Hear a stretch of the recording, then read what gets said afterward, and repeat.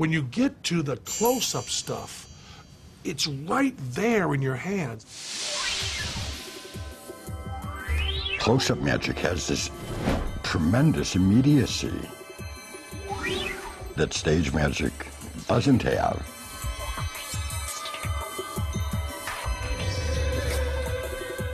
It's impossible being done a few feet away from you. The idea of being able to have magical powers is a very intoxicating idea.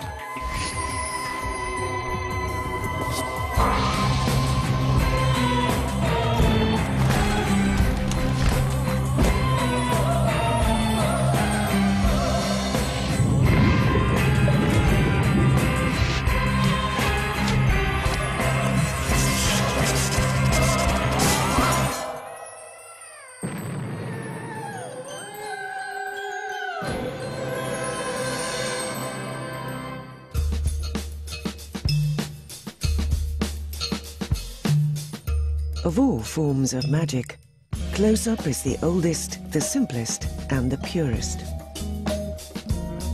At its heart, there are tricks that have hardly changed for thousands of years. What's fascinating about magic is you go in there and say, I'm gonna lie to you, and then you do. And you say, look at this carefully, try to bust me, and they can't. You can check the sleeves, you can check the pockets, you can check everything. Is that fair? Yeah. Is that fair? No, good, excellent. Magic is not about tricks. Restaurants are not about food. Magic is about people. People still want that kind of real element, you know, so that doesn't involve technology, but involves humanity. It's a one-to-one. It's people communicating with other people. Oh my God! And there's nothing quite like seeing something that is impossible under your nose for real. These tickets are useless at the moment, okay? I mean, it's not the National Lottery, I'll give you that, it really isn't, you know? The essential simplicity of close-up magic means it can be performed anywhere. Did you get searched by security? Yes. Yeah, so did I, but I managed to sneak this through, right? Check this out. Have a guess what's in there, have a feel of that. You'll never guess. No? Right, have a look. This is really weird. What I did, this is a great way of kind of sneaking stuff past security if you get stuck, right? You'll never guess what's in here, look. Close-up involves people being right here, people being able to reach out, pick something up, let me put this into your hand. Oh, maybe I can borrow this from you. We need an empty bottle. We need a 50p. Got 50p? 50p. Thank you. Oh, hold the bottle like that. Like that, like that, like that. Good. Excellent, excellent, excellent. No, just you've got a wrist. That's all right. Fine.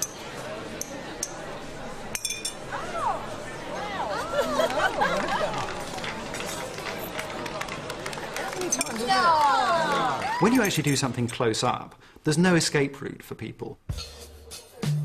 They have to confront the fact that they have seen it with normal objects that they've been able to touch and examine themselves. They've seen things close up, they couldn't get any closer to it. And yet if you still succeed in fooling them under those circumstances, that obviously has a tremendous impact.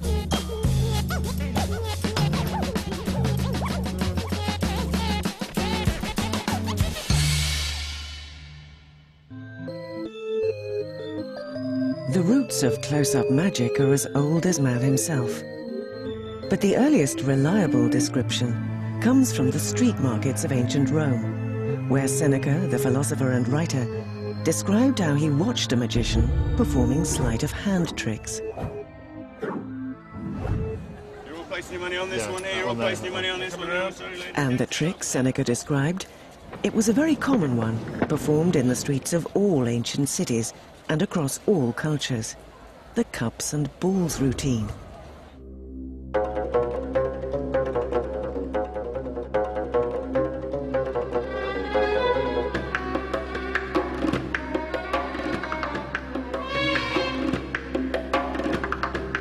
Magic is, in many ways, its own language, and it's a way of communicating with people, and that does reach across cultures. Here, un petit poussin, 1 chicken, 2 chicken, and 1 more, 3 chicken.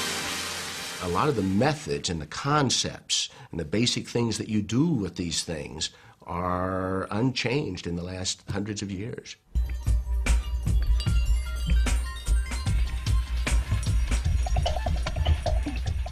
The cups and balls, I think, must be the most representative trick in the whole arcana of magic, because it simply combines virtually every effect that is possible to achieve by conjuring.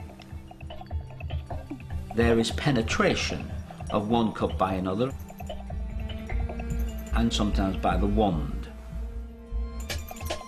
There's transposition when a ball vanishes here and reappears over there.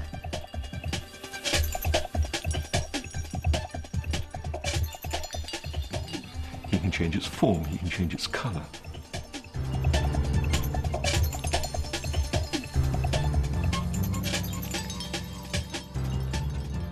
To have all that on a tabletop can be quite beautiful.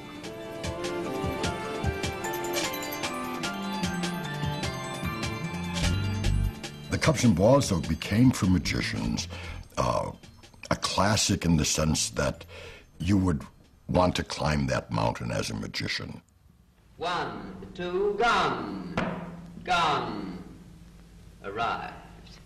All of this is, of course, totally impossible. The cups and balls became a kind of a rite of passage to signify your dedication, because it embodies so many different techniques that you have to master in order to be able to perform a full routine with the cups and balls. I'm going to do this very slowly this time. And so the cups and balls has always been a benchmark by which magicians measure their skills, and each has sought to give it his own special flavour. If the ball's in my left hand, it's in my left hand. If it's not in my hand, it's under the cup. If it's under the cup, it's not in my hand at all. If it's in that hand, it can be in that. If it's in that, it can be up there. If it's up there, it can be down there. If it's in the pocket at the same time, it can be up there at the same time as on the cup. If the cup and the ball together, they can't be separate. Except they can't be together. If it's up there at the same time. Now, if the cup and the ball are together and the cup is empty, you can't have the ball. You got the ball in the cup, you can't be in the pocket. In the pocket, you can't be in the can at the same time as on the cup. If, on the other hand, the ball and the cup are together, and the cup...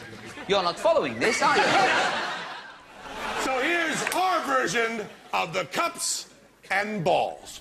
If I were going to explain to someone what Penn and Teller do, the example I would use is the cups and balls. Hit the first ball, put it in the first cup. The second ball, simultaneously screwed it beneath the cup. There's never been people who did four-handed stuff. We fooled everybody just because we were doing a standard pass, but between two people, you know, just that kind of thing. Now, all 7 seconds, 3 cups, all loaded, 3 balls on top. Center ball, please, center cup. These are the side balls. We put it anymore. We have 3 to center cup. You think of one geek practicing in front of a mirror forever doing this. You don't think of 2 geeks practicing it together. These 2 balls that come over here, and this is not juggling. This is called misdirection. For looking over here, Teller sneaks the final ball under. There's one more on either side. And, of course, Mr. Barney Lime for our finish. And with the clear cups, it just becomes this wonderful kind of... there's an honesty, and there's a humility. The ball shoots up your sleeve. It doesn't. It does. And you roll it across your shoulders and you bring it down this side, which is why you have to put the cup down very quickly, like this, down quickly. To catch the ball, it goes up your sleeve, across your shoulders, down the side, under the cup. But be very careful. Don't put the little ball into the wrong pocket, or you will have a confused ball. Yes. You can flick all night if your ball's confused, and you probably know that already. But what you do, you go flick, flick, flick, and everybody claps. Why do they clap? Because when you flick, you got an orange.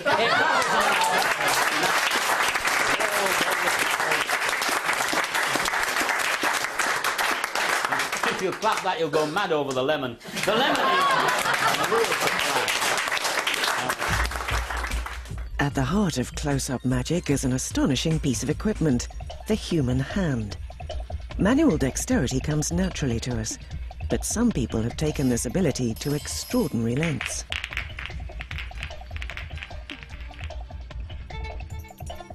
All levels of close-up and stage all have different dexterities. I mean, there are people out there, I don't do this stuff, so forgive me, all those magicians watching, but there are people out there who do this stuff, you know.